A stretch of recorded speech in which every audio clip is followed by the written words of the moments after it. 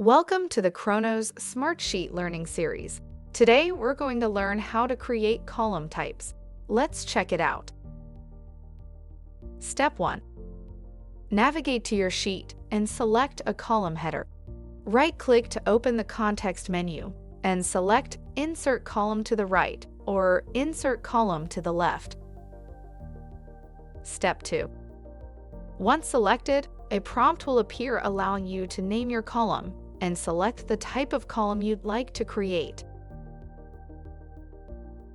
Step 3.